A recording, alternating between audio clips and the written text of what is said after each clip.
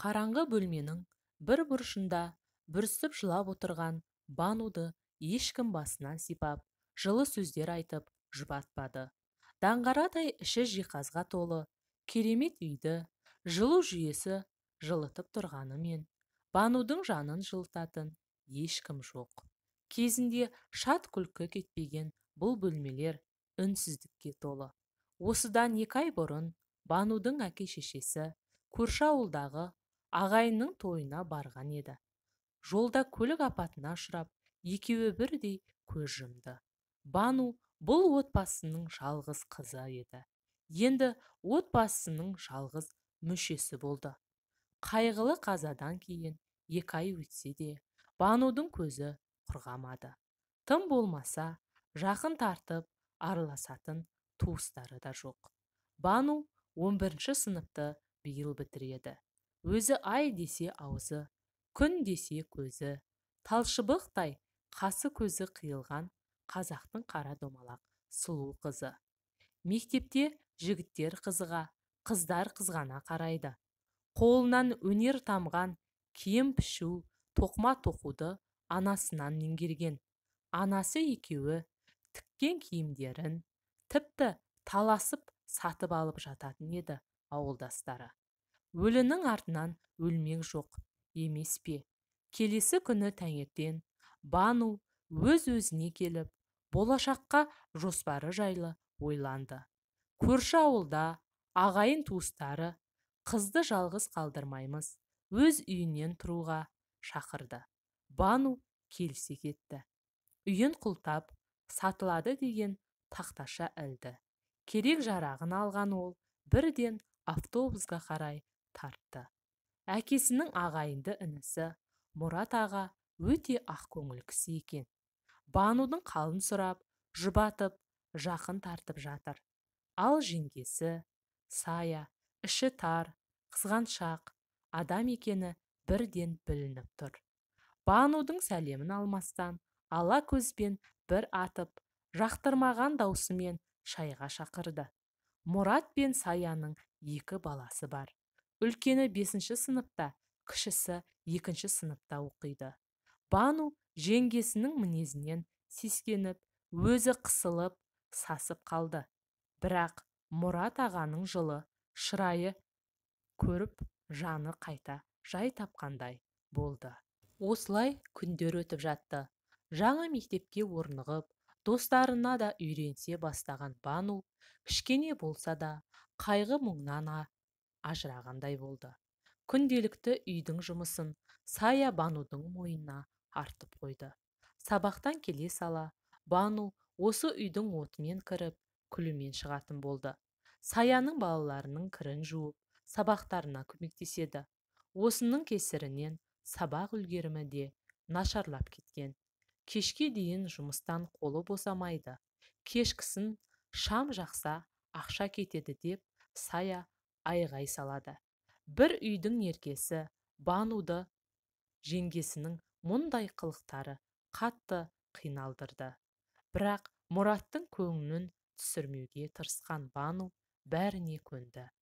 Құдай оңдап, үйі де жақсы бағаға сатылды. Осы ақшамен оқу орнына түсем деген үміт Бануды жетелеп жүрді. Банудың санасында болашаққа деген үміт оты жанды. Үйдің ақшасының біразын Мұрат ағаның балаларына киім-кешек, ойыншық алып беріп, қалғанын чемоданына салып тығып қойды.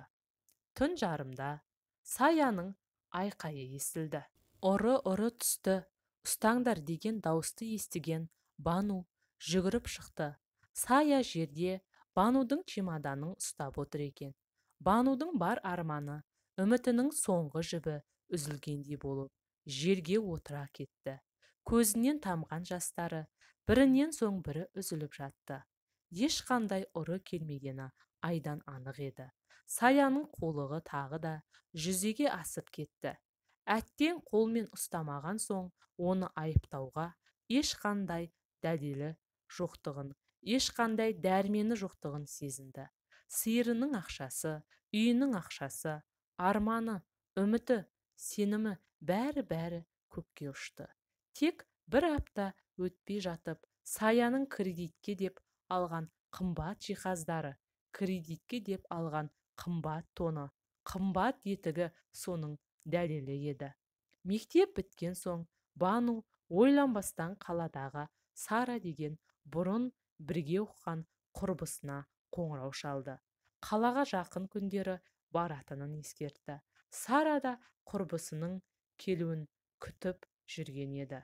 Қуана-қуана қарсы алатынын айтты. Қала зуылдап жатқан бітпейтін таусылмайтын көлік. Автобустан аузы ашылып, жан-жағына жатырқап түскен Бануды Сара алыстан-ақ таныды.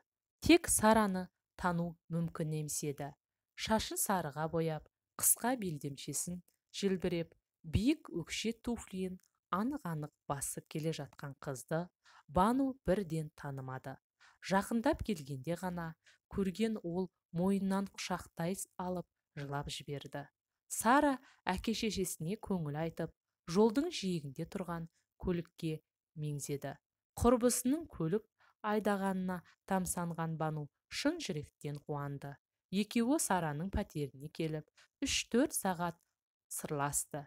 Бірін-бірі қатты сағынысқан құрбылар шай ішіп отырып, бір жыласып, бір күлісіп, өткенді ой елегінен өткізді. Бану өкінішке орай жоғарғы оқу орнына түсе алмады. Қатты қамықты. Бірақ бір жағынан жұмыс істеп, ақша тапсам, кейін оқып алармын деп те ойлады. Сара таныстары арқылы Бануды даяшы етіп жұмысқа орналастырды. Күндер, айлар өтіп жатты. Қаланың жайына үйреніскен Бану жақсы ақша таба бастады. Ақшасын Сараға беріп тұрды. Сараның өзі әнші еді. Түнделетіп мейрамхана, дәмханаларда өлең айтып, нәпақасын тауып жүреді. Қалтасында әрқашан ақша жүреді. Жұмыс, үй, жұмыс, осы екі арада ғана жүретін Бануды Сара бір көңілін сейілтіп, достарымен болатын кешке алып шықпақшы болды. Сараның жүздеген көйлегінің ішінен ең әдемісін кигізіп, бояндырып еді. Бану керемет жайнап шыға келді. Алғашында келіспей қойған оны құрбысы күштеп үйінен шығарды. Сараның достары өзі сияқты ашық жарқын екен. Кезек-кезек ән салып көңілді отырды. Бану да енді үйренсе бастады.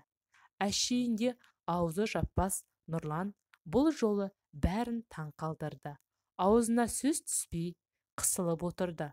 Бұның себебін бәрі түсінді-ау деймін. Бірден вальс қойылды. Нұрлан Бануға жақындап келіп, биге шақырды. Екеуі бұл биді үнсіз биледі. Бірін-бірін ұялып, бір қызарып, бір бозарып, тіл қатыспады. Нұрлан әнші жігіт, өте сымбатты, сыпайы, нағыз ер жігіт екен. Негізі Сара екеуі Нұр Сара атты дуэт құрған. Бірге көптеген тойларды, елдің батасын алып, керемет дауыстарымен тамсандырып келеді. Ал Сара сырттай Нұрланға ғашық. Бұны Нұрлан сезеді, бірақ Сараның қыңыр мінезін онша ұнатпайтын еді. Енді міне бір көргеннен Банудың сұлулығына, биязылығына байланып қалған Нұрланның көзінен махаббат ұшқыны байқалады. Сара да бұны байқап, қызғанып іші оттай күйіп жүр. Мектеп кезде де Сара ұнатқан жігіттер Бануға көңілдерін білдіруші еді. Тағы да солай болды.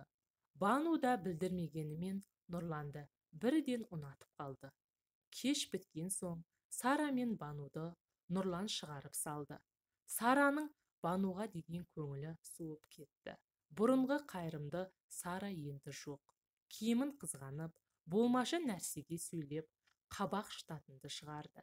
Бірақ махаббаттың торына іліккен Бану оған мән де бермеді. Арман мен қиялда ұшып жүрді. Бану мен Нұрланның арасында махаббат өрбіді. Күнделікті кездесіп, айлы түндерде қала көшелерін кезетін болды. Нұрлан домбырасын әкеліп, Банужан, екеуміз үйленгенде саған беташар жырын өзім шырқаймын. Тыңда міне, былай тұр деп бетін мынамен жаба тұр деп киімін жауып қойып, айт келін, ау айт келін деп шырқай жөнелетін. Көшедегілер таңырқап та, тамсанып та қарап өтетін. Бану киімнің астында ішек сілесі қатып күліп отырады. Құшақ-құшақ гүлге Бануды қарқ қылды. Екеуі ғашықтар көлінде жүзді. Дүниедегі болып жатқан жағдайларға қарамады. Бейне бір басқа әлемде сияқты. Сара болса, Бануды жек көргені соншалықты, тіптен одан құтылудың жолын қарастыра бастады.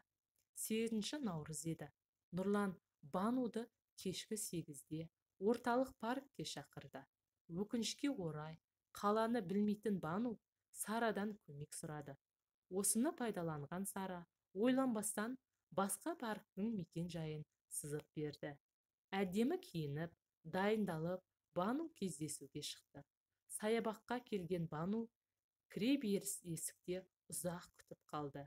1 сағат, 2-3 сағат өтті. Нұрлан келмеді. Қараңғы түсіп қалған еді.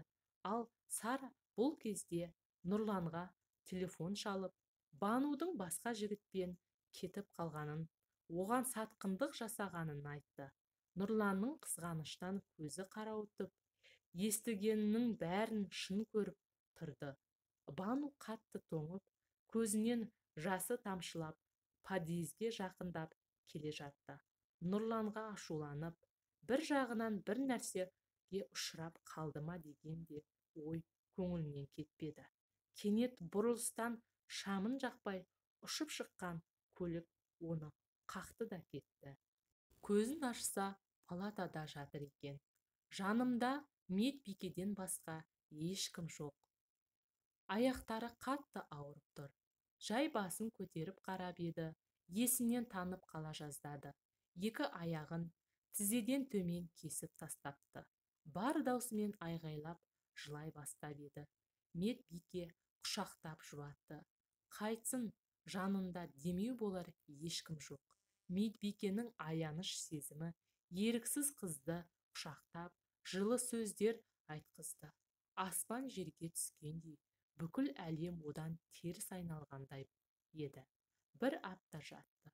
Осы 1 аптаның ішінде ешкім келмегені жанына батты. Әттен, әке-шешем-ай, жанымда болсаңдар, жылы құшақтарыңмен жылытар едіңдер. Мейірімдеріңді сағындым. Неге мен?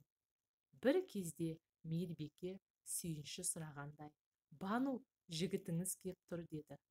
Өз құлағына өзі сенбеген Бану ұшып тұрайын деді, бірақ аяғын көріп көңілі қайта түсті.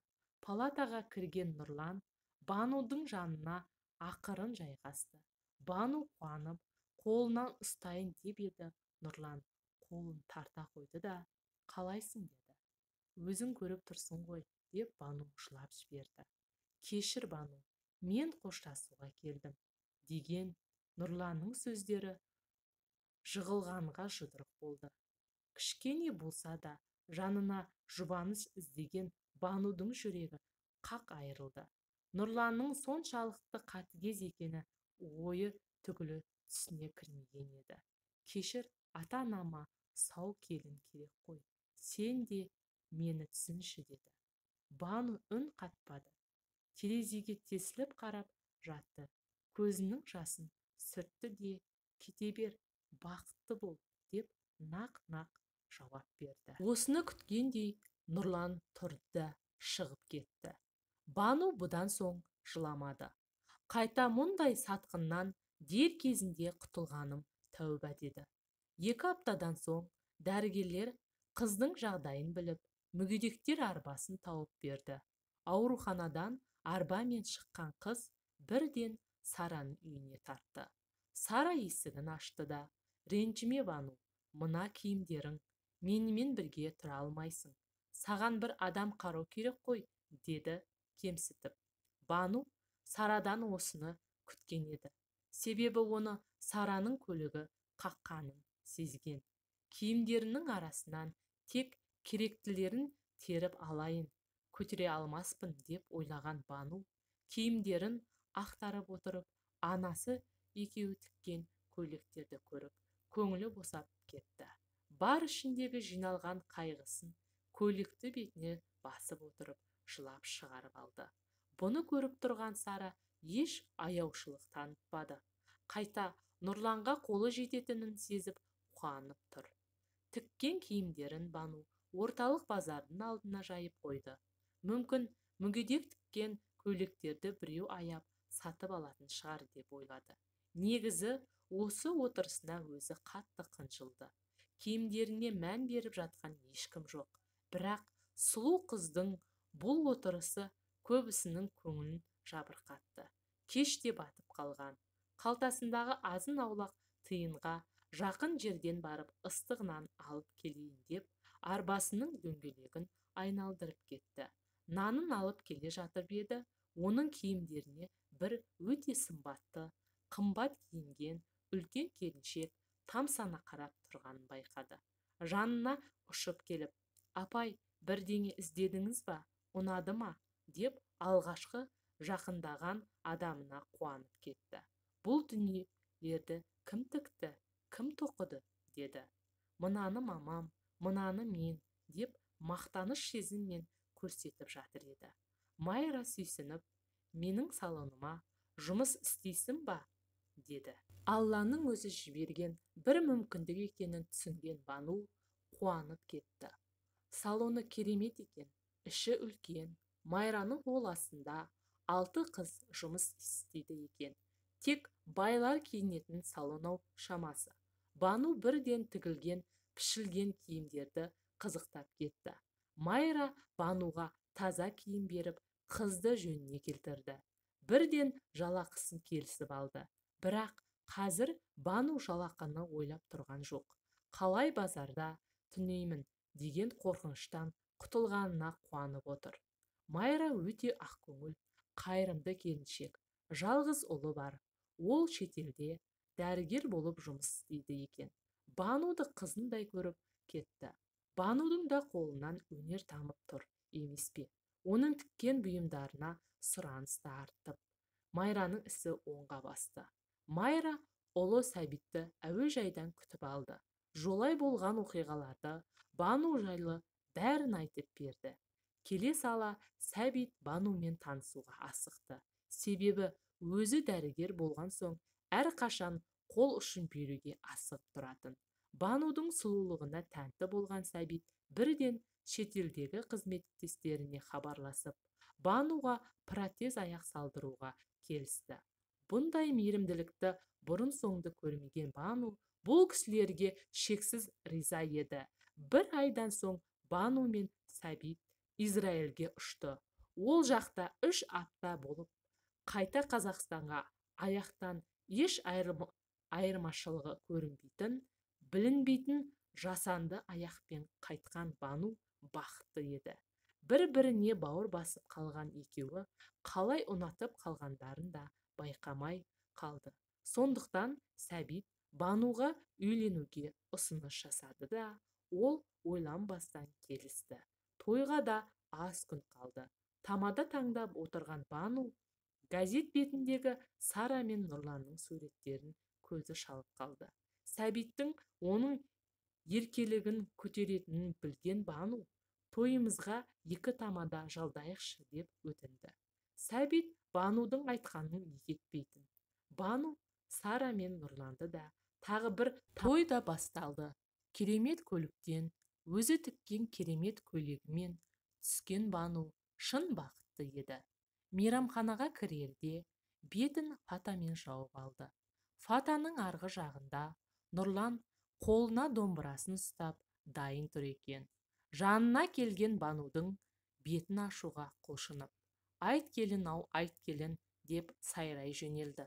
Таныс дауыс, таныс ырғақ. Банудың есіне сол кездер түсті.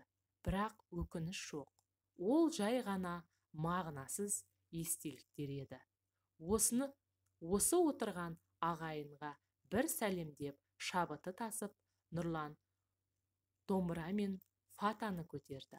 Арғы жағынан сұлулыққа тұнып тұрған Бануды көргенде суық суды басынан аяқ құйып жібергендей сезінді.